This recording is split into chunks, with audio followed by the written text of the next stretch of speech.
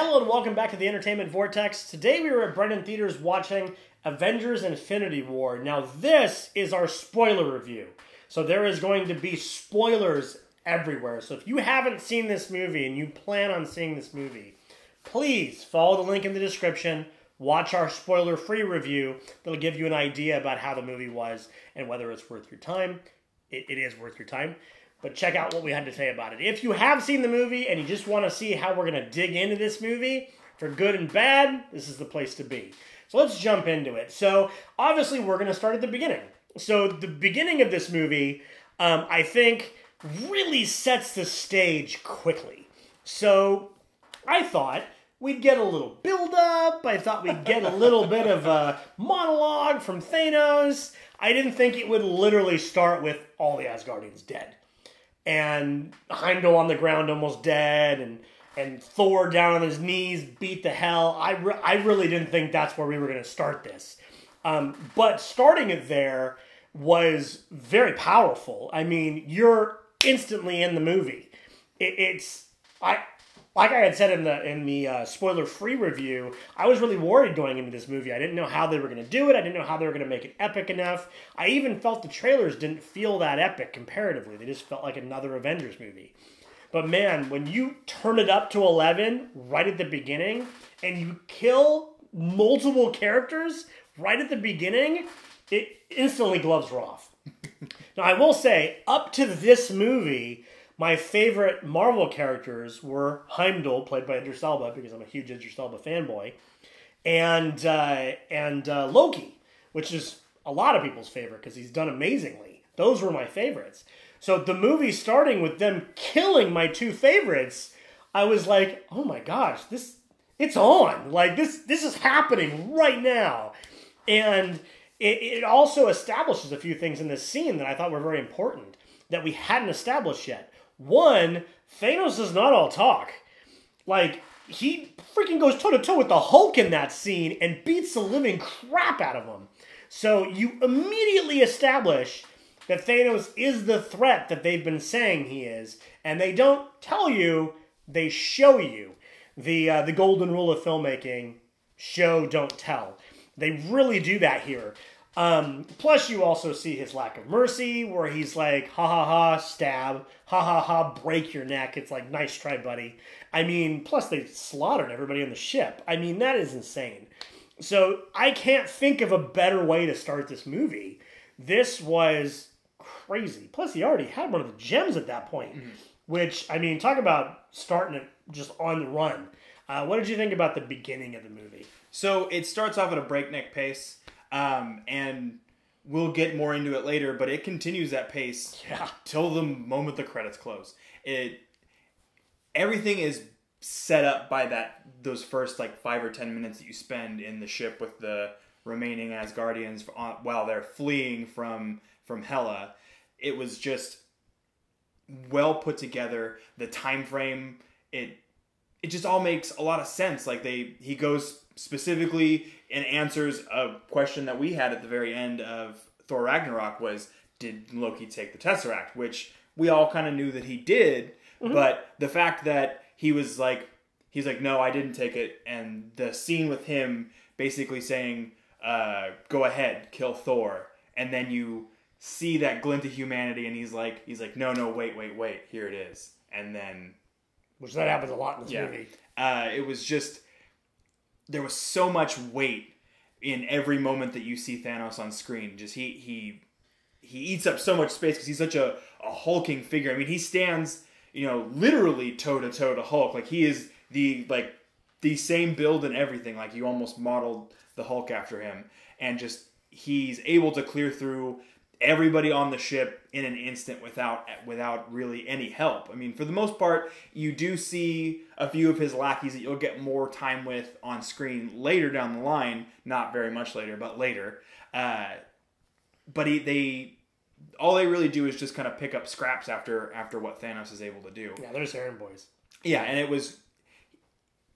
immediately you know that he is what we've been waiting for, and that it's looking like they're going to do him right at this point, which, like I said, we'll get more into his specific character as we move forward, but he he just seems like they're doing everything the right way.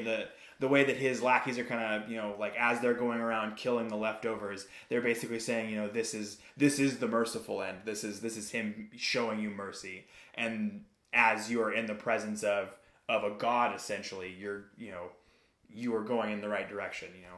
And it was just well put together. And like I said, it sets up the entire movie for what it's going to be. And especially considering there are some other movies in the series, Thor and Thor the Dark World are ones that come to mind immediately, that start off pretty slow. This is the exact opposite.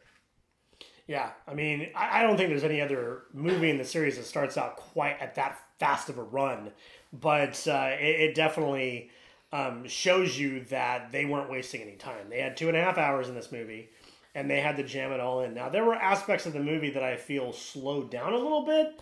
The whole sequence with them making the weapon slows down a little bit, but I think the slow parts of this movie could be compared to the climaxes of other movies, and that's pretty crazy because this was pretty balls of the wall. So let's talk about his lackeys, because that's kind of where you go next. Is you see different scenes with his lackeys trying to get the gems. Going in, the only thing I had seen about these characters were the pops, because we do a pop show as well, and we had announced them on the pop show, and we saw them, and I didn't really know much about them. I definitely didn't know them from the comic books. But, you know, Thanos doesn't really have an army in the comic books. It's just Thanos. But I didn't really know what to think of these characters. But seeing them, they were actually pretty cool. In order for you to have scenes where the fights are in multiple places, you kind of had to have more than just Thanos. Because just having him warp everywhere wouldn't have been... He needs to be impactful when he's on screen. So having these fights and allowing the heroes to kind of do this tug-of-war where they win some and they lose some, I think was really important. Plus, it also gives you some amazing scenes with Cap coming to the rescue. It gives you an amazing scene with Doctor Strange and Tony Stark and Spider-Man working together. And it gives you some of these story arcs that are going to kind of be parallel to each other as you go up to the finale. But I was really impressed. I know that I don't know a majority of their name. I think Corvus Glaive was one of them, which kind of tricks you towards the end. You thought he was dead, but he wasn't. But I also know there was the Ebony Maw, I think his name was. The one with is that the telekinesis guy? Yeah. Yeah, so I don't even know much about these characters, but they were awesome. Like, the telekinesis guy, first of all, every one of them, aside from maybe the brute one, really seemed to have a presence to them. Like, they were all a threat. The freaking telekinesis guy was, like, not even trying, and taking Iron Man and Wong and Doctor Strange and all at the same time. That was hardcore. Plus, pretty much all these fights with his lackeys were really cool. I was impressed with them. They added a layer to the film without taking away from the power that was Thanos. I was worried when I saw they were going to be there, because I'm like, he doesn't need people to help him. But I don't think they took away from his power or his might at all. And just made it more epic when he was there. It was like the fight was going on, and then Thanos shows up, and you're like, oh shit, it's on. Like, that was the escalation from the fight. And that was really well done. I'm glad that they were there when I was really worried about them to begin with. What did you think about his lackeys? So they all had really interesting abilities. So it was like they all kind of had abilities that foiled and made sense based on the characters that they were facing. So having Doctor Strange as a very powerful magic user go against someone with telekinetic abilities, and having Iron Man and the newly formed Iron Spider going against that, it was just really interesting, and I loved the send-off for that with the reference to aliens. It was very well done, and I felt like each one of those characters, they had like their own special thing that made them somebody that Thanos would want by his side. You know, being able to send them out to go do his bidding, and it just worked. You know, it was something that made a lot of sense, and it did give Thanos that ability to come in when was necessary, and it made those scenes where he was there that much more special and that much more engaging.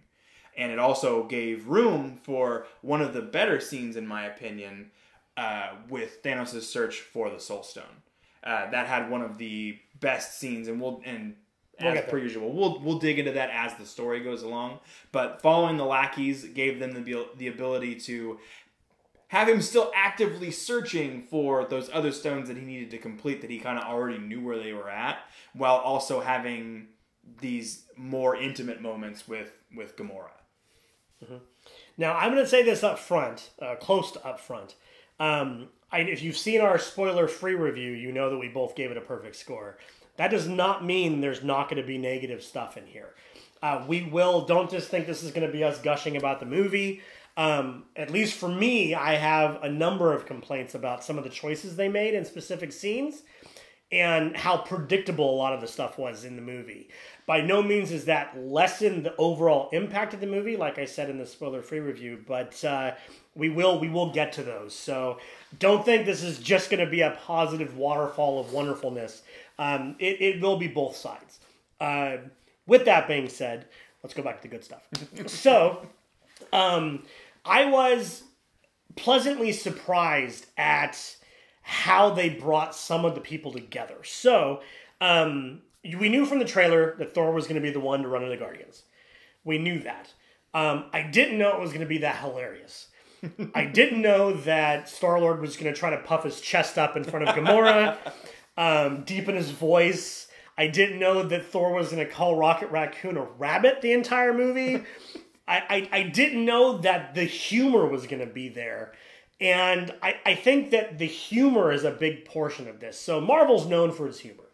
Marvel is known to have kind of a lightness to it, like a humor, a funniness, a lightheartedness, a fun aspect to it. As where most people believe that DC is dark and gloomy, and that's why Marvel's better. Now, I will say that this movie did have some darkness to it. I mean, these are some pretty heavy things that are happening. And there were a lot of dark moments. I'm sure no one's going to say that was a bad thing, even though they probably shouldn't have said it was a bad thing in DC, but that's another video altogether.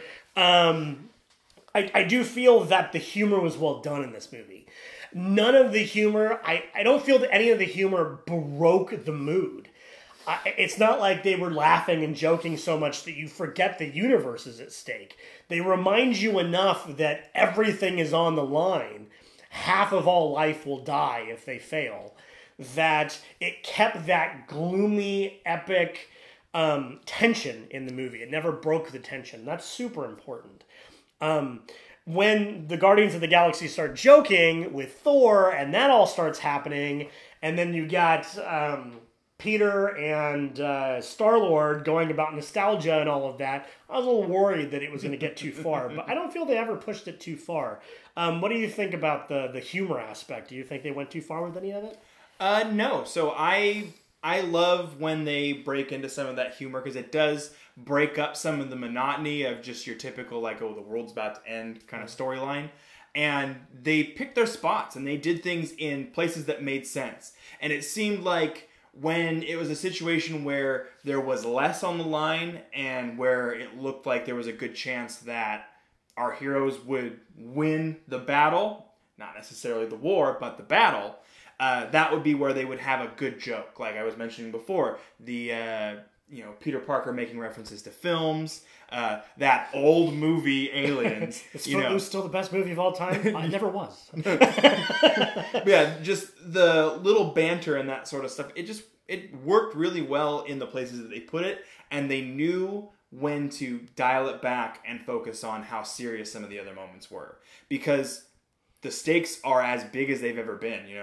Even in situations where, like in Guardians 1 with Ronan the Accuser, it's a pretty big deal, but it's not this big. This is as big as it gets. But they still find a way to keep you invested and also break up some of that dark, gloomy feeling, so that way you're not stuck just like, what did I just slog through?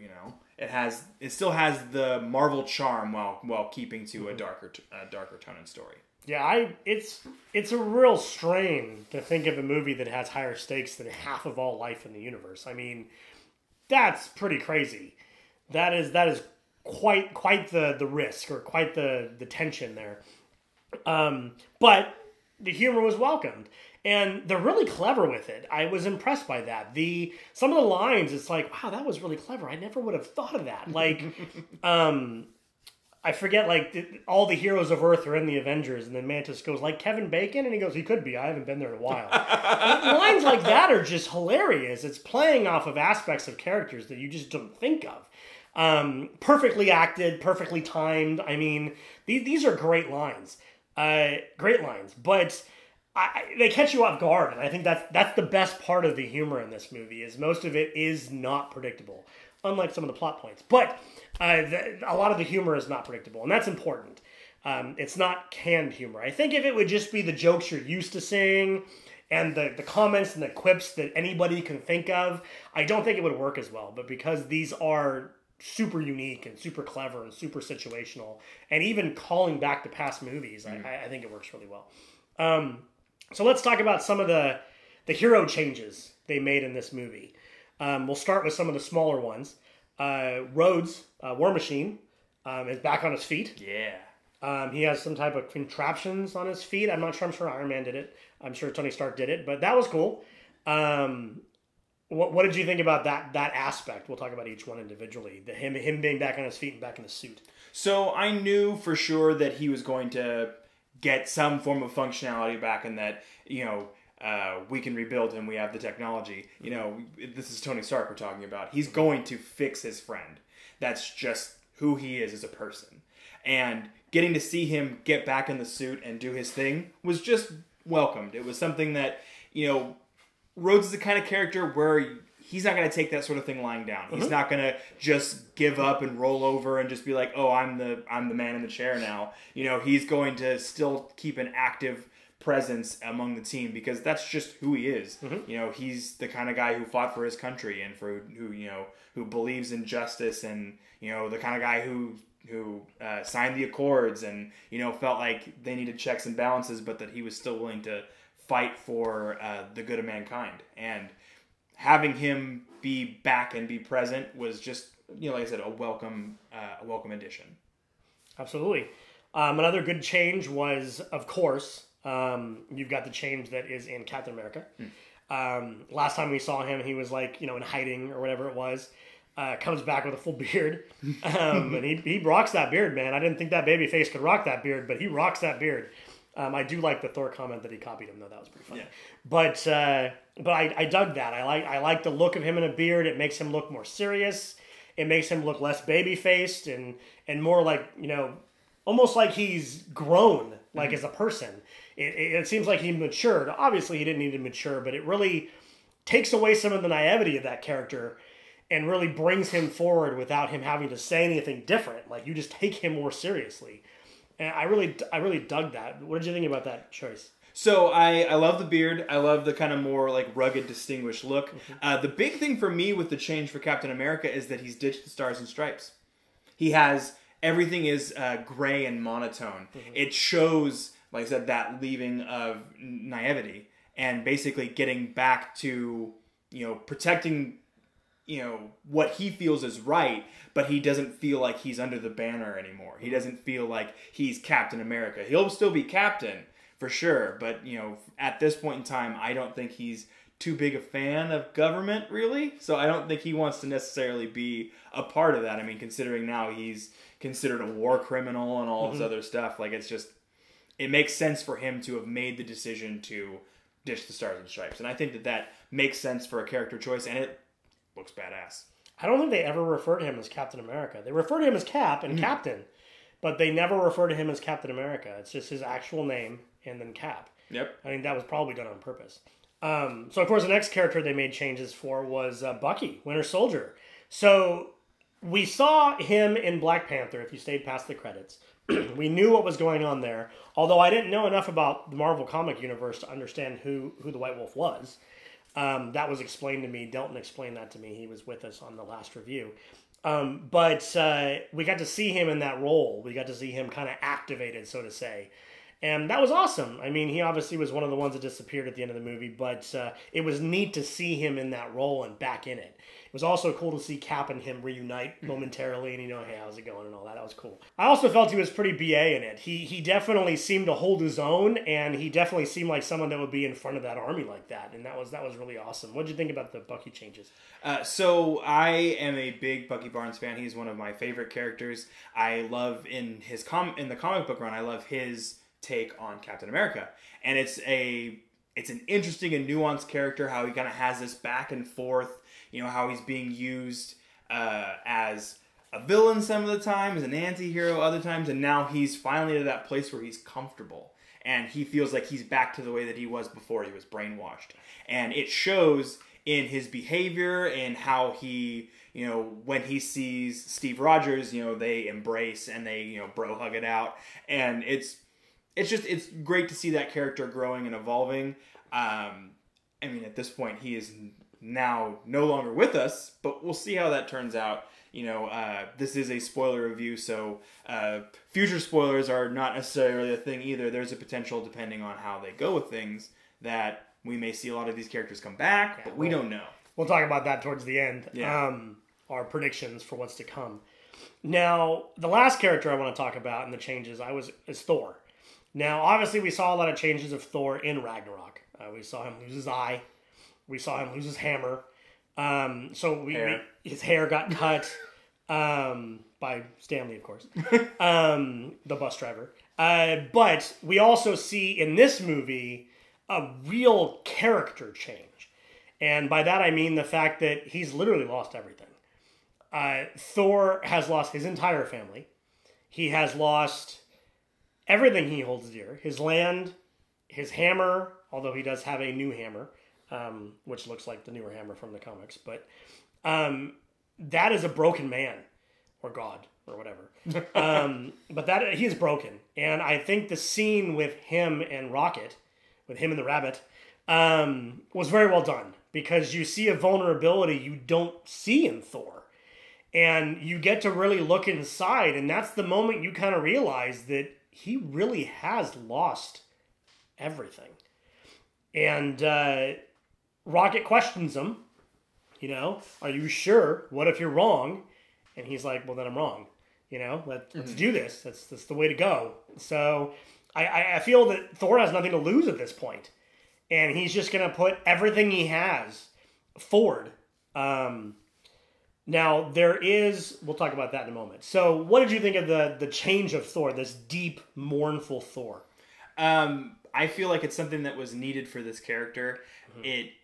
He still kind of had that playful, loose cannon god type vibe about him in Thor Ragnarok, which, doesn't seem like it was that long ago, but now it seems like it was ages ago having seen this movie. And he just doesn't have that same lighthearted spirit anymore. I mean, you get a little bit of it when he first meets the Guardians, but you can tell like he has a purpose now. It's not just about protecting Earth anymore. It's not just about, him going back and forth with Loki anymore. Now that he's lost that connection, I'm going to find Thanos. I'm going to take him down. And that's the long and the short of it. I'm going to avenge my people. And that's going to be a big change for him moving forward as far as his character arc is concerned as well. I agree. So, now, to move on to a character change that people might not have noticed. And it's sad if you watched Thor Ragnarok and enjoyed it the way we did. I'm going to miss Korg. Like, a lot. Like, that's sad. You don't really realize that he was on that ship until a little later. Valkyrie was on the ship, too. Yeah, that's super sad. I mean, obviously losing Heimdall and Loki were more sad, but those were really good characters that were just created, and now they're gone. Yeah. And we don't know to what extent they're going to undo all of this, so that could just be gone. I mean, there were literally characters killed off screen that's how many people were dying in this movie. But that was sad. So I just wanted to point that out in case you didn't notice it, so you can shed a tear now. That Korg and Valkyrie both died on that ship. Very sad. And the dude with the scissor hands. Yeah, I think I did too. So the next character we're going to talk about, and this is also a character that has changed, but this character changed in this movie. So it's a little different than the ones we previously talked about. And that's going to be Bruce Banner. It's going to be Hulk. I assume what they were going for is Hulk got his ass kicked so bad for the first time that he's just refusing to come out anymore. That Thanos just manhandled him, almost like Hulk's scared, which is a very interesting twist. I didn't see that coming. When I saw the Hulkbuster armor, I definitely didn't assume that Bruce was in it, but in the trailer. But that's an interesting choice. I'm kind of glad they're going somewhere with that. I mean, I had complaints in Thor Ragnarok that they had talked about, you know, if he does it one more time, he's not coming back, and then that meant literally nothing. But I am glad that there were some ongoing consequences for his character, even though it wasn't from that. I want to see something shook up other than just we have a Hulk every movie. Because right at the beginning of the movie, we have a Hulk got shut down. Yeah. What did you think about the Hulk changes and being scared? So it's a really interesting thing for me. There are several arcs now that we're getting later into Marvel's run, several years past the events that would be taking place now in the cinematic universe, where the Hulk is practically sentient. Bruce Banner is the Hulk, and they commingle and coincide in a way where he's able to recall Bruce's, abilities and strength of mind, while also being roided out green dude beating the crap out of people. And that may be something that we're getting closer to now that the divide between the two of them is further than ever. I think that once they are able to get things crossed back over, that we may be able to see a more grounded and realistic Hulk, rather than having him be just the Hulk smash guy and, not have control of his faculties and that sort of thing. And that would be very interesting to me. But I think that as of right now, I understand why he's broken, and I understand why the Hulk doesn't feel like he's able to stand up, because, he was easily handled. It looked for a nanosecond like he was going to be able to stand toe-to-toe, and then just got, obliterated. Destroyed. Yeah, I know that this is a different Hulk than the comics. From what I know of Hulk in the comics, the more he takes damage, the angrier he gets, and the stronger he gets. He has like an infinite cap of strength, is the way they described him, to the point where there was a series he only got taken down by Sentry, which is crazy, which is also a cap of power that's way up there. But they couldn't really do that in the MCU. There had to be a limit.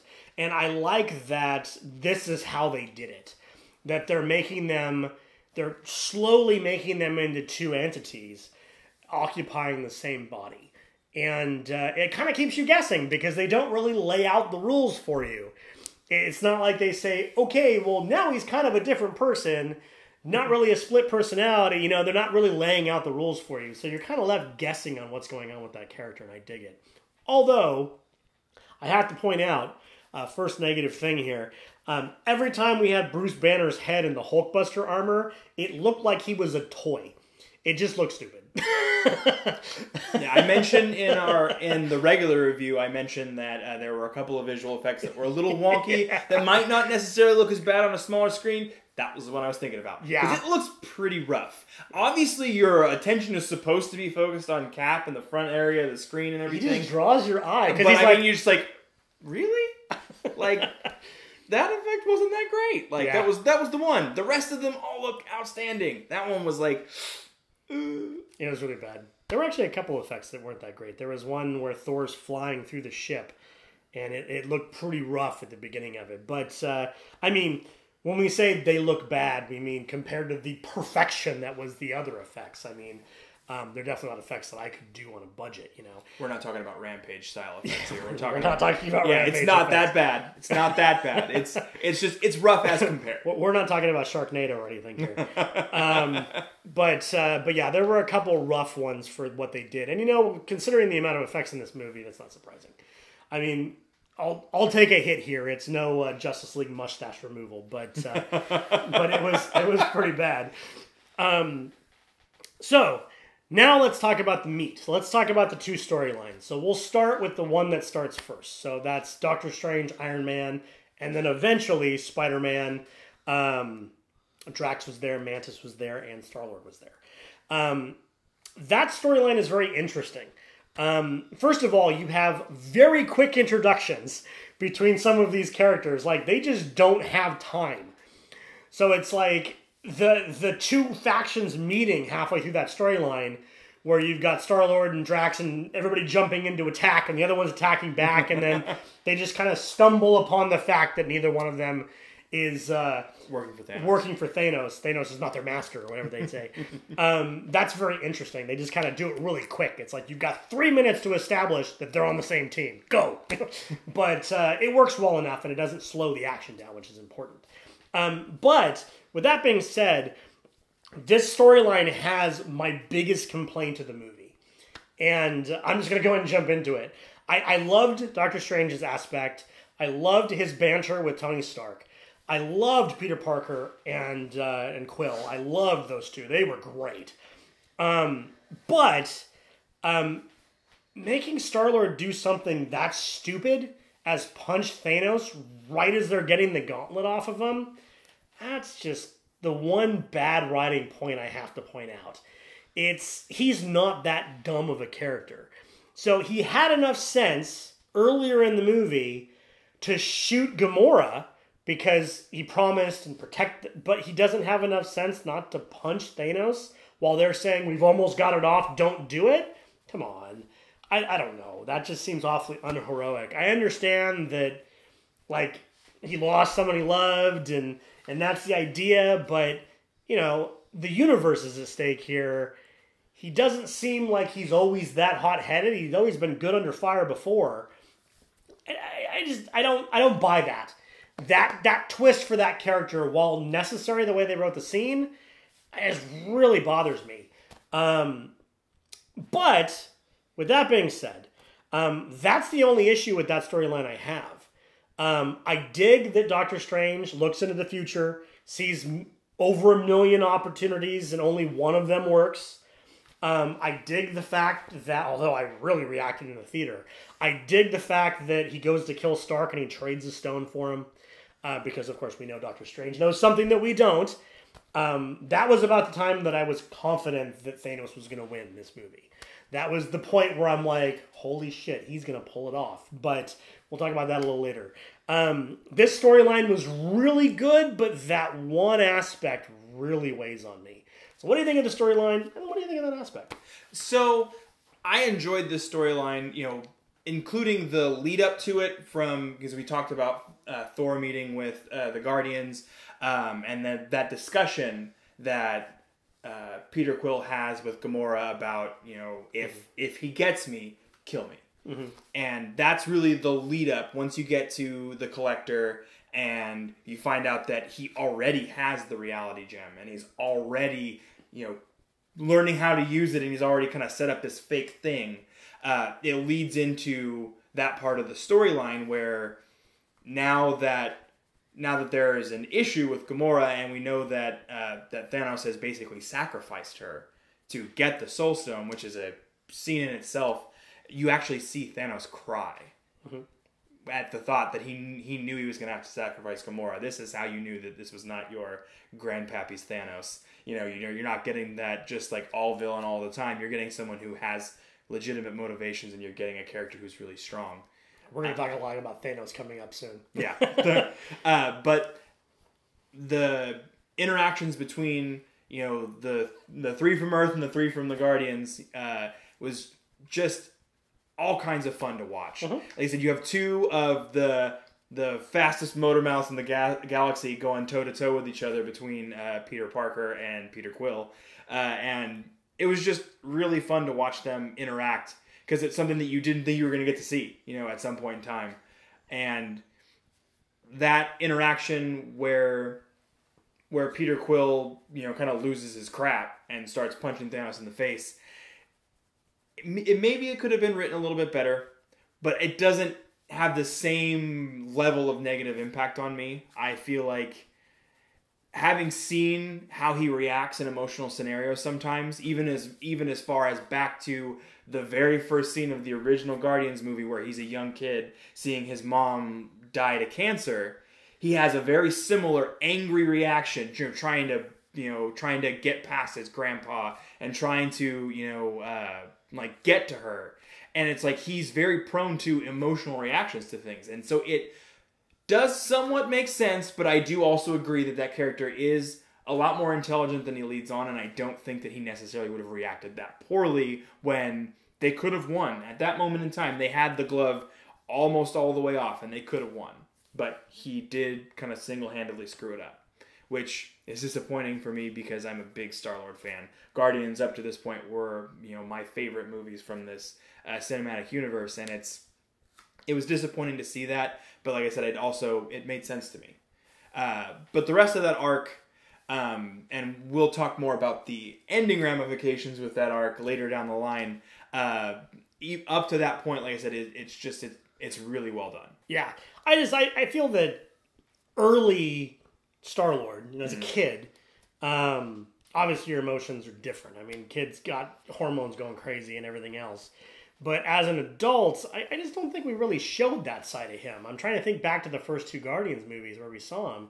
I don't remember him ever losing his cool. I mean, he's like in front of Ronan and he starts dancing. I mean, that's Star-Lord. He's the guy that thinks on his feet. He's the clever rogue. He's the Han Solo of the Marvel Universe. Part of the reason why I like him so much. And I just don't think he would have lost. I just don't think it was believable. I feel they could have done it in a way that was believable if they would have built up him and Gamora a little more. Like if he couldn't pull the trigger. But he pulled the trigger. So he literally was okay killing her, but he's not okay that she died anyway for the cause. He would rather just ruin everything they've worked for and, not avenge her. I don't know. The scene doesn't work for me. It doesn't work on an emotion. There were a lot of emotional points in this movie. We'll talk about the Spider-Man Stark scene at the end later. But there were a lot of really emotional scenes that really worked well. I just didn't buy this one. I just felt like he broed out on Thanos, and that's not that character at all. I don't know. But, curious to know what you think. This is a spoiler review, so it's a spoiler-heavy comment section. So, we disagree on this one. Let us know what you think. Comment section below. Very curious. I was about to make a point, and then our cameraman interjected. He does have a very heavy emotional response against Ego in Guardians Volume 2 when he finds out that it wasn't actually just regular old garden variety cancer that took his mom, but cancer that was implanted by Ego because Ego was a jerk, we'll say. We'll go with that. Yeah. And he does have a very heavy emotional response, even when he was able to see that his vision for making a perfect universe or whatever, he was able to understand and see that, and then it snapped him out of it. Mm-hmm. He had this huge response and started, trying to take him out, and it kind of sparks the whole third act of that movie. I don't think that move was as uncalculated as this one from this movie, but I do see where they saw him as the person who was the wild card of that group and that they could potentially exploit. I can see that. I think maybe what's breaking that scene for me was Pratt's acting. Because thinking back to that scene, which I had actually forgot about, because there's a lot of Marvel movies to remember. Going back to that scene, it was convincing. He lost his shit. Mm-hmm. I don't feel that Star-Lord lost his shit in this scene. I think if he would have been more intense and really in Thanos' face about it, I think maybe I would have bought it more. But it just seemed like he was just, I use the term again, broing out on him. It didn't seem like he was really emotionally broken about it. It actually seemed like he was more emotionally broken when he had to pull the trigger earlier in the movie than he was in that moment when he punched Thanos. So I think maybe it was the acting that bothered me. Maybe it wasn't the fact that he punched him. Maybe because I guess that is in character. Now that you say that, maybe that was just one of the rare weak acting moments in here, and it should have been more intense, in my opinion. But so I will meet you in the middle. So let's talk about the other storyline. The other storyline, of course, being Vision, Scarlet Witch, Cap, Black Widow. The other character. And who else was there? There was someone else there. Bucky. No, Bucky wasn't there. Bucky, he was later. Yeah. But in Scotland, there was someone else that came. It was Cap, Falcon. Yeah, Falcon. Falcon and Black Widow. So that storyline, the basically the Vision storyline with the gem in the forehead. First of all, that was very interesting because we got a little bit of the relationship between Scarlet Witch and Vision beginning in some of the past movies, but it didn't really go anywhere. And then you see them here, and it's like, oh shit, it's been going on for 2 years now. Yeah. Wow. Okay. So this is on. Okay. It's like, I guess it just happened off screen, which is fine. They make it very clear what's going on, and you understand it. It felt real, and everything was fine. Then the fight starts, and it starts out of freaking nowhere. Mm-hmm. Like you are. I mean, you know there's going to be a fight. You know that something's about to happen. But I didn't think like he was going to get stabbed to the back mid-sentence. I didn't see that coming. It's like you take a deep breath after what just occurred in the previous scene. And then you're like, oh, sigh of relief. Okay, let's figure out what's going on here. And then you're right back into it. Yeah. That's amazing. Then you see them fight for a while, and you see how badass Scarlet Witch is, which is one of my favorite characters from Marvel. Although she's very different in the comic books. Oh, but yeah, way more powerful in the comic books. Although they did ramp her power up in this movie. She's way more powerful in the comic books. The lack of X-Men makes that a little bit of a difficult sell, but she is definitely a very powerful character. Yeah, probably one of the most non-god characters, powerful god characters in the Marvel universe, in my opinion. But I mean, just read House of M. Whew, no more mutants. But either way, the fight that's going on with Vision and Scarlet Witch basically trying to tread water against these two, which is what they're doing, just trying to stay a step ahead and failing. Then I didn't see it coming, but Cap showing up, I did not see it coming. Deus Ex Captain America. I knew exactly who it was when he showed up. I knew immediately when it happened, but I did not see it coming. And that was the first point in the movie that my heart really started racing. That really got me going. That was amazing. Well timed. The music was perfect. The way the fight just goes up to 11 at that point, and they just all start jumping, and you're like, oh, they're there too. They're there too. Oh my God. It was just amazing. That scene was perfection. I really dug that scene. Before we go further in that storyline, what did you think of that? So I actually jumped when Vision caught the stab in the back. It was just like, yeah, it completely caught me off guard because you anticipate that they're both going to take off after they find out that things are going down, but you don't expect him to just get blindsided. Yeah, and from that moment on, like I said, like you were saying before, they're constantly trying to figure out their way that they're going to get out of this, and there are a couple of times where you think that you're going to lose Vision right then and there, early on. But it ends up being a longer storyline than that. We keep Vision for a long time. Mm-hmm. But having Captain America come in that way and just, save the day, or, well, I don't know what Captain to call him anymore, but... he's just Cap Rogers. Yeah. But the way that his entrance was flawless. Mm-hmm. He is my favorite Marvel character, and I just loved what they've done for him in this movie. It was just he exudes everything about that character that I love, and his entrance, and then the rest of the team around him. You've got Falcon and Black Widow, and how they come in and they show that even with Black Widow, someone who her adaptability is just martial arts, but she's even able to stand up to one of Thanos' lackeys pretty well, and it was nice to be able to see her kind of get to step up in her role and show what she's capable of, and that she can stand up with the rest of the people who have big powers or big technology to help them along the way, and she does it with just being a normal person. Yeah, cool. Plus we get to see her and Okoye fight together later on. That was amazing. That was really cool. I think that let's talk a little bit more about Captain America, because you said it's your favorite character in the Marvel universe. I obviously I grew up with DC, as we all know, and in DC there is a central iconic character, and that is Superman. He is the icon in DC, and I believe that not necessarily in the comics, but absolutely in the movies, Captain America is that character. I know that a lot of the stories are based around Tony Stark And a lot of the stories are based around Iron Man and his intelligence and his inventions and his company and everything like that. But I feel the truly iconic hero is Captain America. And he embodies it perfectly. He comes on screen, even now, as the more broken, darker version of himself. And you just feel hope. And that's perfect. I mean, that's perfect. I've always complained that I feel he could carry his own movies. And they keep shoehorning the Captain America movies in with half the Avengers. But I feel he could carry his own movie again. It doesn't need to just be that first movie, which was amazing. And this really shows that he is just as iconic and just as great of a character as all the other Avengers, even though they don't really use him as much as they should. I hope they do going forward.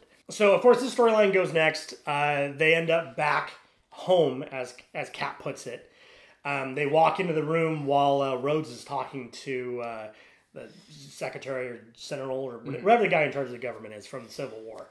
And he tells him to arrest him, and he just flat out goes, well, that's a court-martial, and blows him off.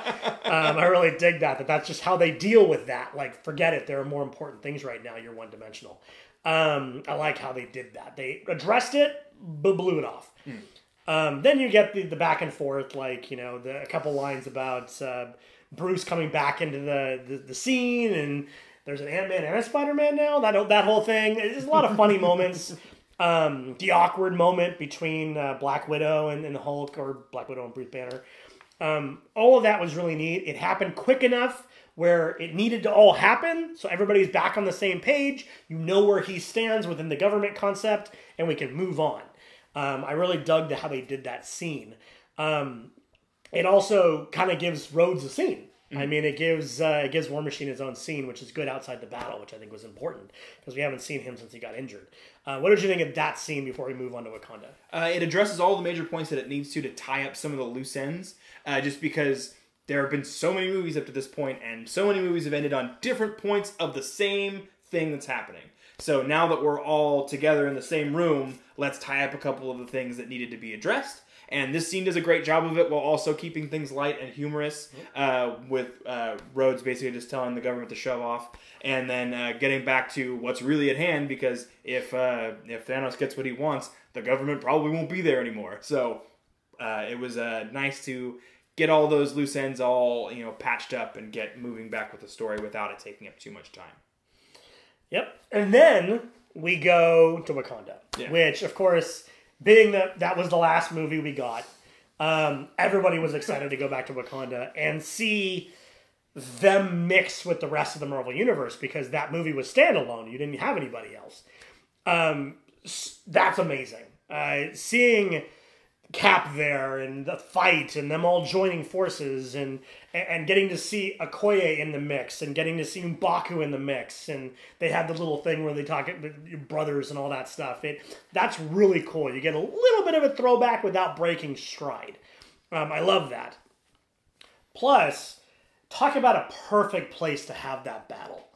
I mean, you've got the Wakandan army, you've got the shield, and it all comes to a head right there. Like, that's the fight. And the moment that it zooms out and you see them running in, I'm like, oh, this is going to be epic. Like, you just know this is going to be epic. Then, sadly, one of the predictable things was them opening the shield. But before they opened the shield, I liked that they were just, like, killing themselves to get through the shield, the bad guys. Those were brutal. I don't know what those were, but they look like something out of a sci-fi horror movie. But it almost looked like they maybe were like a step above, like a Chitauri. Like, basically, like... Oh, I can see that. Because, I mean, the Chitauri are typically Thanos' like, actual, like... Yeah, from the first Avengers, yeah. So, they seemed like they were, like, the next step above. Like, if you've got, like, your regular, like, grunts, these were a little bit more elevated. Yeah, because actually when we get the flashback to Gamora's planet when she's a little girl, you actually see the battle, and they had the big flying whale things, and just like the first Avengers. So that makes sense. But it's like you immediately understand that this is a threat. Like, at first you're like, the three of them walk up to the barrier, and you're like, you guys are effed. You know, there's no way you can... And then they unload the ships, and you're like, this is a real threat.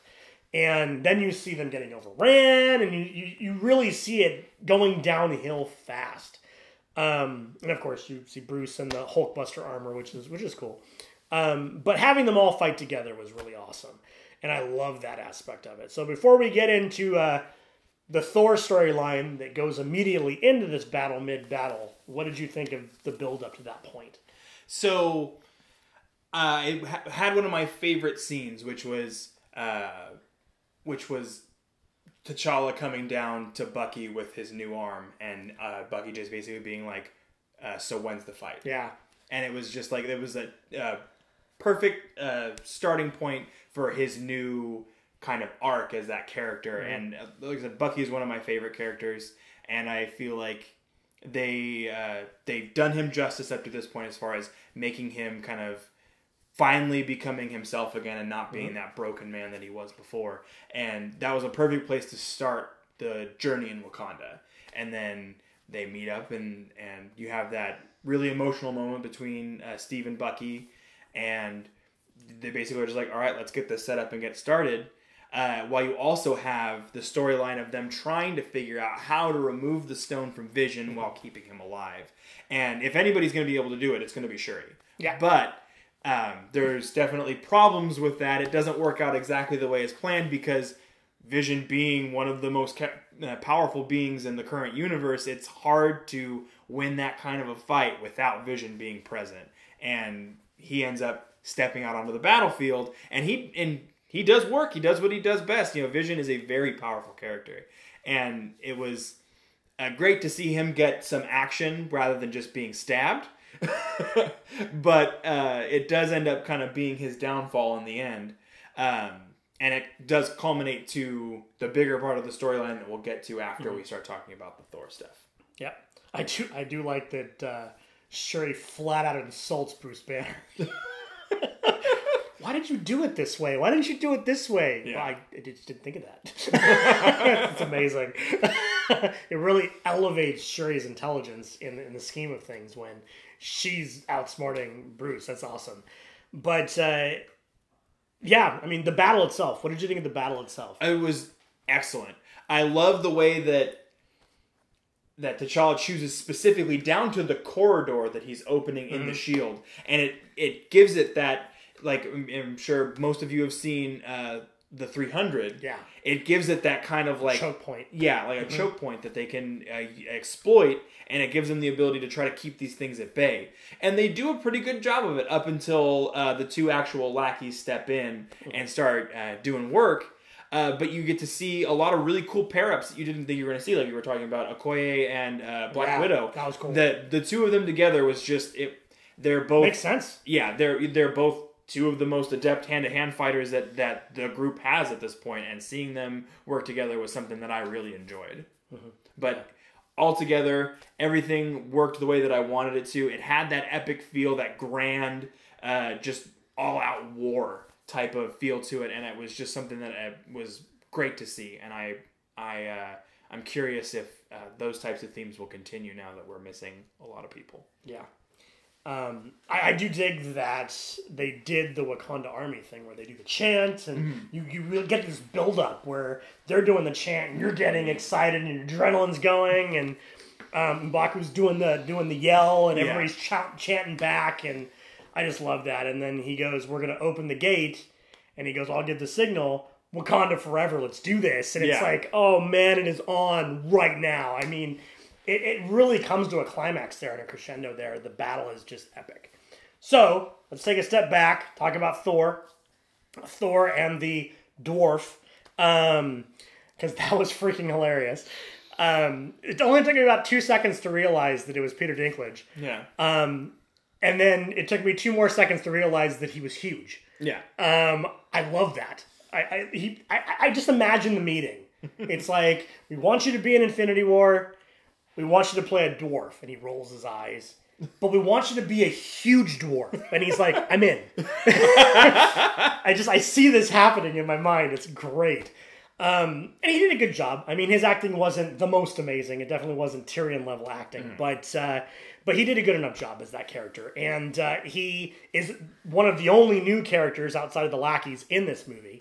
But it definitely gives us one of the slower moments in the movie where they're, kickstarting the machine. He's talking about how he made the glove, which explains where the glove came from, which is kind of cool. Because you kind of question, where did a glove come from that can handle that kind of power the way they established the stones working in this universe? Because it's different in the comic books. But we also know that's where Mjolnir was made, and you get little bits of information. And then they get there, and it's not what you expected. The whole thing's broken down, and it's just him, and his hands are stoned over, and very interesting. They give a lot of story really quick, but it doesn't feel like that scene in Thor Ragnarok where it's like, oh, by the way, I'm dying. By the way, you have a sister. Oh, I'm dead. Oh, she's here. It's not like that where you get like a ton of story in 5 minutes. They did it well enough where it feels like it flows right. At least I felt it did. Part of the reason why that works so well is because it utilizes things that have already been established in the story. They talk about Mjolnir being forged by the power of a dying star, and that's where you're at. You actually get to see the dying star, and it's an interesting way to kind of tie little things that have been mentioned here and there, essentially in passing in these other movies, and make them something that's real and tangible and something that you can enjoy. And it was well placed, and they chose the right way to make it work, so that way it wasn't something that completely slowed the movie down and made something that was completely immersion breaking. Because it was still entertaining, and definitely having Rocket be part of the group for that, or Rabbit, was a welcome addition, because having this new, kind of broody Thor, you have to have some kind of comedic relief, and I think, in my personal opinion, Rocket is the best at that at this point. Yeah, it was really good. I will say that this is from what I know, this is quite a departure from the comic books, because Odin made Mjolnir in the comic books. He made all those weapons. But they couldn't really do that because Odin's dead. So, spoiler for another movie. But I feel they had to do something different. They had to make him a new hammer, because if Thor just would have been, lightning magician like he was in Ragnarok at the end, I don't think it would have worked. He really needed that weapon. So you have one of the fake out moments, which we're going to talk about those a little more in depth later, which is it makes you think that Thor's going to die because he stands in the beam holding the doors open for the forge. Of course he doesn't, because Groot makes the handle, which was a neat touch. And then he gets the hammer and everything's okay, and then you kind of leave. You leave that story at that point. Just to be surprised that Thor just appears. Because honestly, I didn't catch it. I don't know why I didn't catch it, because they do mention that this weapon can even open the Bifrost. Yeah. They say that, but when the Bifrost appears, I immediately had a small glimmer of hope. I'm all, is Heimdall alive? Yeah, I know, it's crushing. Being one of the characters I love the most, that was really sad. But anyway, and then he appears, and they're around him and ready to fight, and the hammer just goes out. I mean, that was just a badass entrance. And it was already an intense scene, already a climactic scene, and already here an adrenaline, and then he shows up, and it's like, whoop! Yeah. Everything gets turned up to 12 when it was already at 11, and that's an amazing thing. As those two storylines collide, we're just the winner in that. It becomes even better. Especially since I didn't see it coming. I didn't think he was going to instantly be there. It didn't occur to me, which is good. I'm glad I didn't catch that. That's amazing. Then you have the remainder of the fight, and the remainder of the fight is crazy. So not only do you have Scarlet Witch join the fight when the big pinwheel circles come into the fight, but and of course she just demolishes them because they're ramping her power up slowly, as they should, because she's an amazing character.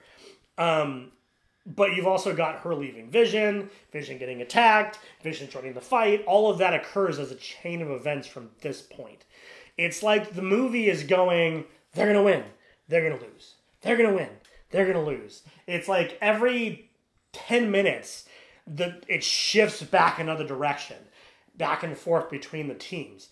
And I think that's important. You have to think that, even though the point that Strange gives Thanos the stone was the point that I was 100% confident that Thanos was going to win this movie. That was the point where I had just realized that they're actually going to do it. And I have to say, we'll talk a little bit more about it. I'm glad they did it because it's not Infinity Gauntlet without something major going down. I mean, there's a reason why this is one of the biggest crossovers in history and one of the first, if I recall, is because the ramifications were huge. Now, in the comic books, everything's undone, and we'll talk about that as well in a little bit. But big things happened before that point, and I'm glad they did it. Plus, we'll go into Thanos in a minute, but I kind of understand where Thanos is coming from. So, because of that, I almost wanted to see it happen to see how the world's going to react to it. We'll go into that in a minute. I want to give you an opportunity to talk about Thor entering the fray and what happened after that up to the actual climax with Thanos. So, I loved seeing Thor, Groot, and Rocket join the fight. I expected it to happen because I caught them mention that this new weapon would be able to summon the Bifrost. And they joined immediately, and this is the strongest that we've ever seen Thor. He was always, one of the strongest people, that Earth had defending them. But now he has this need for revenge. And it almost leads to kind of like a bloodthirsty behavior. I mean, because he's essentially, pissed. Yeah, as pissed as you can humanly be. He's out there destroying huge chunks of this army single-handedly with just one strike. And it's great to see that kind of interaction. And it steps things up, and it definitely makes you think there for a little bit that, maybe the good guys will win out on this day. And the back and forth struggle, like I said, it built a lot of tension and did things the right way, and that's the way you want it to be. You don't want you think that, the good guys are definitely going to win because they're the good guys. We'll get into it a little bit more later, but as far as endings to a comic book movie are concerned, there aren't many that have a similar style ending to this as far as what ends up happening, aside from this one. It's the only other one I can think of. The closest to it would be Batman vs. Superman, and that's just because they both die. But yeah, I really liked Thor's new hammer. I liked seeing him at an elevated level of power just because, he's so angry and he's ready to take out his revenge on Thanos. Plus, they unlocked his power in Ragnarok, so he had more power going out of Ragnarok even without his hammers. So it all culminates into this crazy version of Thor. Ultimate Thor, so to say. Yeah, so let's talk about the actual scene with Thanos. So Thor throws the hammer, so he's just laying waste to everybody. Once he has the gems, all but the one gem, no one stands a chance against him. He's just like gone. I really like that you get to see the individual gems that he uses, because you can see it lights up a different color every time he hits somebody with something. So he, brushes Cap off with the Power Stone, and then he, moves Scarlet Witch out of the way, or with the Mind Stone. Well, not with the Mind Stone, because he didn't have that yet.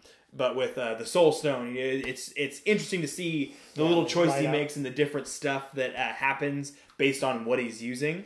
But yeah, that scene is just, it's incredible, the lead up to it. Yeah. So he's just laying waste to everybody. Everybody's trying to attack, and he's just like, yeah, whatever.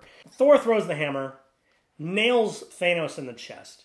He immediately said, you had this moment where it's like, oh my gosh, he's going to win. Although it was pretty obvious he wasn't. And then Thanos says, you should have hit me in the head. And that's a great line. You should have hit me in the head. That was crazy. I mean, just flat out. Him hitting him, because obviously they made the weapon specifically because it could kill Thanos. But I guess the way he used it wasn't the right way. You should have hit him in the head, just flat out. Basically, Thanos is saying, you could have did it, but you didn't. Yeah. Done. Once he snaps, you know what that means. And they don't tell you what that means.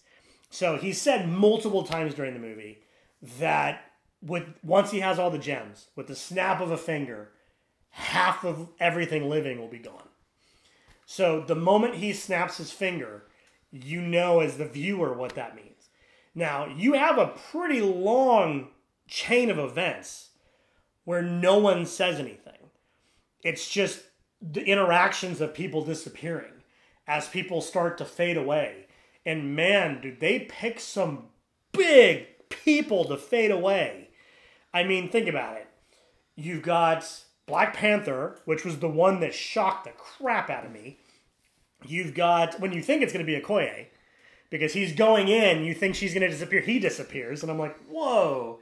You've got Star-Lord. You've got Spider-Man, which was the most emotional scene I have seen in any Marvel movie. That guy's, he should get an Oscar just for that one scene. Tom Holland, when he goes, he doesn't want to go or all that. And I'm like, oh my gosh, I'm going to freaking lose it right now. Like, I wasn't even that emotional as much as I was. My adrenaline was pumping until that moment. And him and Robert Downey Jr. and that whole father-son relationship thing they have going really comes to a head right there as he jumps on him. And oh my gosh, nuts. Star-Lord, Drax, Mantis, later on, Nick Fury, Agent Hill. Doctor Strange. Doctor Strange. I mean, these are huge characters. Bucky. Bucky? Wasn't that surprised with that one. But just like, bam, gone. Yeah, that's crazy. I mean, most of the Guardians are gone. Doctor Strange is gone. The only one that kind of knows how this is going to end. And Spider-Man's gone. They just got him. The only downfall about this is you kind of know they're going to reverse it.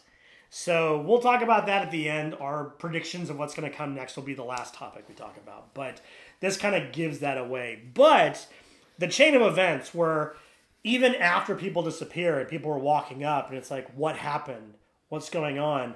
I don't remember exactly what Cap said, but it's like when he realizes it, it cuts to the next scene right after he says something, and it's super poignant when he says it. Like I said, it wasn't necessarily what he said as much as the realization of what just happened. The audience knows, but everybody that's there kind of has to figure it out. Especially the people who weren't standing next to Thanos when he snapped his fingers. Yeah. Then he's gone. Very interesting that the whole glove is jacked up after he snaps his fingers. I'm very interested to see what comes of that. Because it's like totally like burnt up and jacked up after he does that. But maybe like an overload of power. Like he used too much power. See, it would make sense because, I mean, for the most part, he just uses each gem individually. Even if you look into comics, for the most part, that's how he operates. He uses one gem at a time, and that doesn't seem to cause him a problem. But the fact that when he snapped his fingers, he's using all 6 in succession, that would be the reason why I would have that kind of a reaction. And that does make sense, and that's a little touch. That's something that's different. You know, it was a way that they chose to divert from the comic books, as they tend to do in these movies. But it was a nice little touch that I like to see, and then just all of a sudden he just, he closes his hand again and he just fades away. Then, of course, the movie ends in a extremely amazing way, which is he just smiles. Yeah. I mean, he got his way. Gets to watch the sunrise or the sunset like he wanted to. Yeah, like he said. We'll talk about his motivations and the character that is Thanos in a minute, because I have a lot to say about Thanos and the way they portrayed him. But I want to give you an opportunity to talk about this ending and how it impacted you. So, we lost a lot of people. And that's not just the people who we actually physically saw killed. It's the people who were also, just who wasted away. The way that they chose to have that happen, like it gave everybody a few split seconds to kind of figure out what was going on and have like an interaction with someone almost. And obviously the one that sticks out the most is between Peter Parker and Tony Stark. Just having him pleading to not have to go, and that he felt weird, and like that that he was sorry, and it was heartbreaking. I'm not talking about it. I don't want to tear up. And it was, there were a few leftovers, but it ended in the way that Tony Stark had been seeing in his visions, with him standing alone, hands full of dust, and nothing he could do about it. And I think that those are going to be, we'll talk about it more in the predictions area, those are going to be huge motivations for that character. He's not going to take this lying down. But just some great performances across the board, and just some unexpected people that were taken. Like the big one for both of us was Black Panther. I didn't see that coming. Just because they've built this character up to be such a strong and powerful character. You know, I mean, based on the decisions, like I said, it's tough to say that there won't be some form of reversal. It's just how much. Yeah. But great scene, great decision as to the way they fade away and how much time they were given. And Thanos wins out in the end. You know, it's gonna be interesting to see what happens next, and we'll dig into it here in a couple of minutes. So before we talk about Thanos himself, which is one of our last topics, I do want to talk about some of the leftover complaints that we have. One of the issues I had with the script, although I do believe it is a masterpiece script, one of the issues I have with the script is that it's very predictable. If you are a comic book fan, and then some of them, even if you're just common sense, it's very predictable. Things like he has a gem that controls time. He's just going to reverse time. Things like if he gets me, I have something he can't know. You have to kill me. Obviously, she knows where the soul gem is. There's a lot of moments that it really isn't a surprise. Like another good example is they have a lot of moments in the movie where it's like there's supposed to be tension. Are they going to kill this character right now? But it's not really working. Because one, if you've seen the trailer, you know something happens that hasn't happened yet, like Cap. There's a moment where he's being overran. And you're like, oh my gosh, they're going to kill Cap. And then it's like, well, obviously they're not, because he still has to hold the glove up or whatever in the trailer. So another moment like that is Thor, where he's in the beam of the star. It's like, they're not going to kill Thor right there. Come on. It's like, all he has to do is get the hammer. Well, he's going to get the hammer. How are they going to do it? And the way they did it was unique. But still, there's a lot of those moments that are a little predictable. So that's okay, though. Not everything has to be a surprise. Not everything has to come out of left field. Not everything has to be glazed to the back of Vision's chest in the middle of a conversation. It's okay if something's telegraphed as long as the story is good. But a lot was predictable. Even up to the point where pretty much a little over halfway through the movie, I knew that Thanos was going to win. At least I had a really strong feeling he was going to win. It doesn't take away from the overall greatness of this movie, but yeah, you're not going to get surprised a lot. I know you had a complaint that I hadn't noticed. What was that? So they gloss over the fact that Thanos has already taken on Nova Corps to get the Power Stone, and that was a little lackluster for me. It was 2.5 hours long, which is a fairly long movie, especially for this franchise. But if they could have taken an extra 15 minutes to show that battle with Nova Corps. Mm-hmm. And I would have really liked that. I like a lot of the characters from Nova Corps, but seeing him go and decimate would have been super cool. But I also do like that they were able to start things out with a bang and not have any kind of like a lulled start. They knew what they were getting into, and they started something from the logical point. But I would have liked to have seen Nova Corps get a little bit more of their opportunity to shine. But like I said, it didn't take away from the movie for me. It's just I could have used the extra 15 minutes for that. Yeah, I almost wonder if that's going to be like a deleted scene, like that was in the script, but this was a better beginning moment on the editing floor. So we'll have to see if we get a deleted scene for that. That'd be really cool. But yeah, so let's talk about Thanos. I said this in the non-spoiler review. I don't know if I said this here, but Thanos is my favorite villain across all of comic books. And that's saying a lot because I am a diehard Watchmen fan, as you can see. And Ozymandias is amazing. But to say he's necessarily a full-blown villain, that's the tough part. Thanos is a villain. Ozymandias is not as much a villain, in my opinion. I think Thanos and Ozymandias are pretty much the same thing. In this iteration, yes. But I feel like Ozymandias goes a different route, considering he is considered one of the Watchmen and he was a hero. I think that Thanos has been a hero in the comics, too. But this isn't the comics. He was on the Watch. Say, this isn't the comics, so this is the MCU. That's true, but when you really look at it, Thanos really did the exact same thing. I mean, Ozymandias did it pretty darn close. They pretty much had the same plan. Just different. Yeah, Dr. Manhattan is the god. Yeah. So yeah. Anyway, that being said, Thanos is a huge part of what I love about comic books. Being a DC fan, he still takes my #1 spot. And really being worried going into this that they were going to do him wrong and that he was going to be just one-dimensional, he's going to be a brute. Man, am I impressed. They did an amazing job with not only giving him a backstory and a depth of personality that you as the audience member goes, I kind of see what he's going for. I kind of understand his point. Yeah, you might not agree that you might think this is an extreme solution, but while we think about our lifetime and maybe a couple lifetimes out, he's thinking about way longer because his lifetime is thousands of years. So he's looking at 2,000 years down the line where there are civilizations dying left and right because the resources are gone. He looks as being an acceptable sacrifice to save people. You know, it's the same idea as Cap was willing to sacrifice his life to save all those people. Well, Thanos is willing to sacrifice these lives to save all these people. It's either these people or all people in his mind. So that is an interesting twist on his character. Definitely not his motivation in the Infinity Gauntlet comic, where he's just trying to impress Death, the personification of Death, Mistress Death. But it's definitely more of the Thanos we get in the second Infinity series going forward. More of that wise Thanos.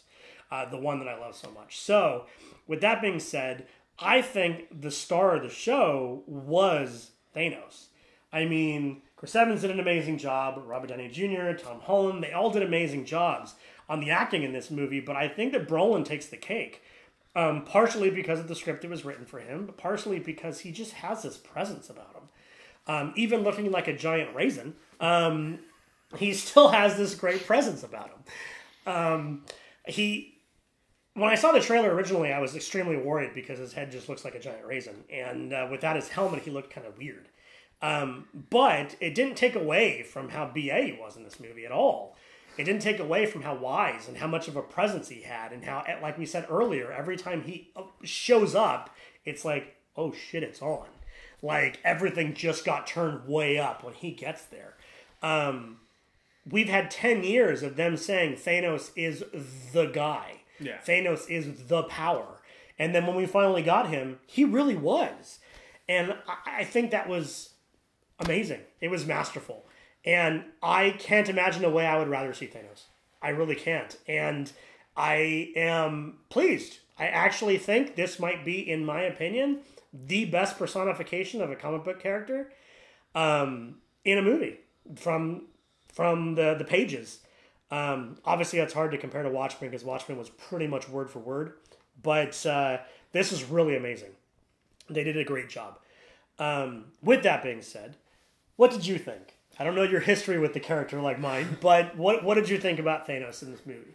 So, I've been a huge fan of Marvel since I was a young kid. It was, when I was younger, DC was a little too dark and my mom wasn't necessarily into me reading some of those things. I found a way to get that done anyway. But Marvel was something that she was willing to meet me in the middle with.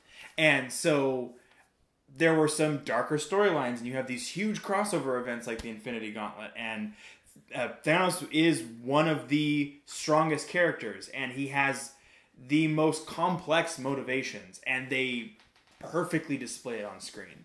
And getting to see that in my lifetime is incredible to me.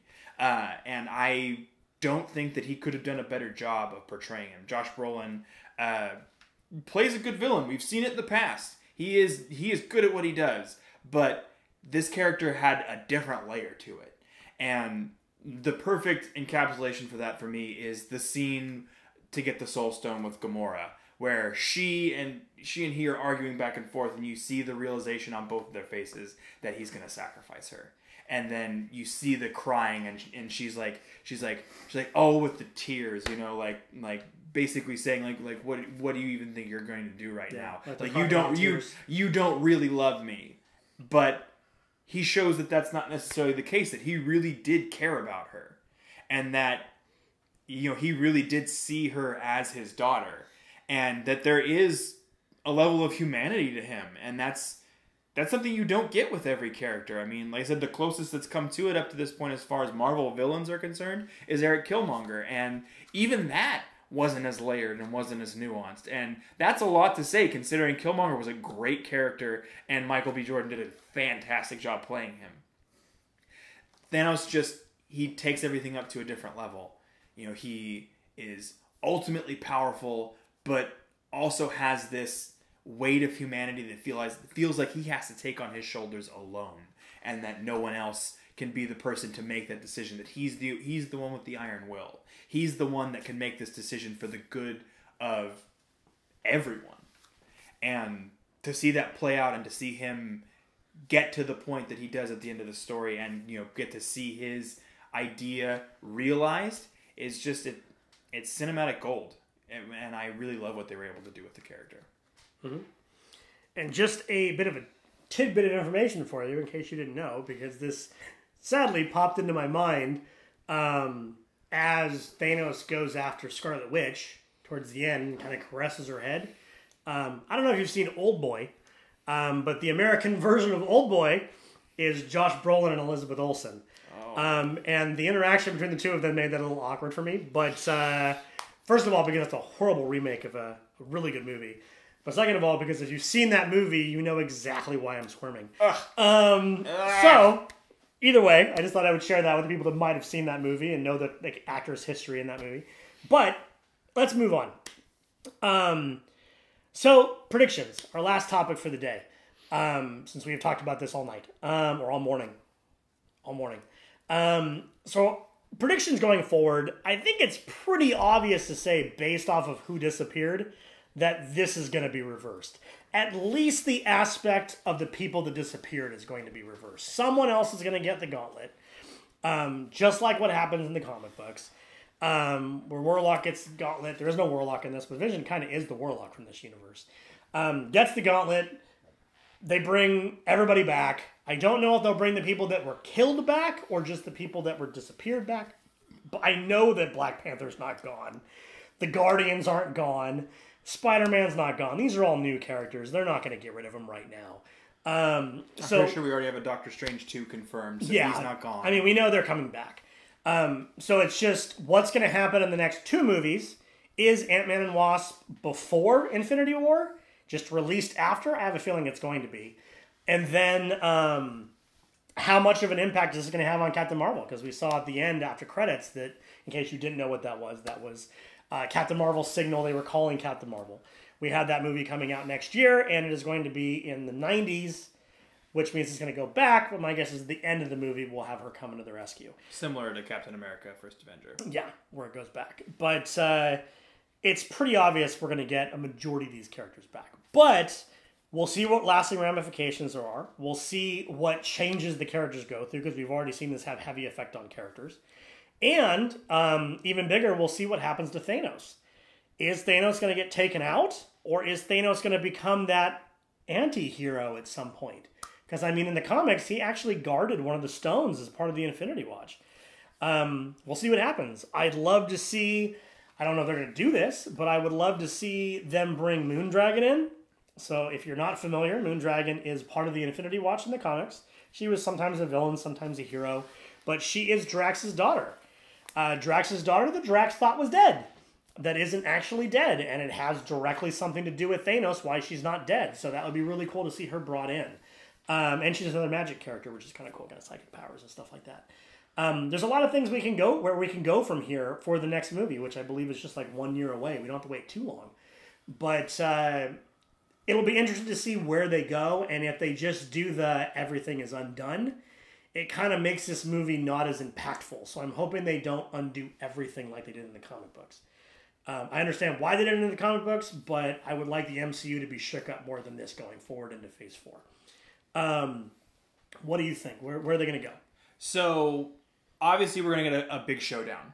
The remaining characters are going to take the fight to Thanos.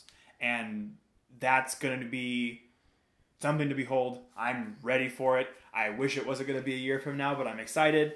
One of my predictions is going to be that I do believe that the events of Ant-Man and the Wasp are going to be a little before because they obviously the timelines wouldn't line up if it wasn't a little before. It couldn't be like way before. It wouldn't make any sense. Between Civil War and this. Yeah.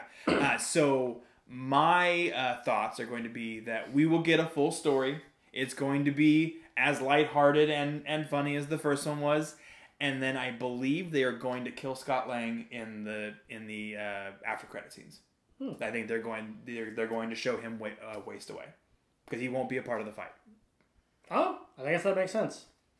Okay. That's a prediction I'll make. You heard it here first. But if it doesn't happen, I wouldn't be shocked if he just didn't join the fight. But I have a sneaking suspicion that that's how that's going to go. Is that he'll be part of the finger snap. Very cool. Well, if you stayed this long, we appreciate it. I know this has been a long video, but obviously this is something we've been waiting for a very long time. I had mentioned before that I've been waiting for a Justice League movie since I was a little kid. Well, I've been waiting for Thanos to be live action for almost as long. So this was a real dream come true for me, and I'm glad it was great. So this is a spoiler review, like I said earlier. Therefore, it is a spoiler-heavy comment section. Talk it out. This is your chance to debate. Tell your opinion. What did you agree on? What did you disagree on? What points did we not make? Let's hash it out. Comment section. We'll be in the area, responding to stuff, chatting with you. I want to hear what you guys think. So, if you haven't already, please subscribe to our channel. Don't forget that we have t-shirts available for sale in the description down below. And remember, we hope you'll follow us into the Vortex. We'll see you next time.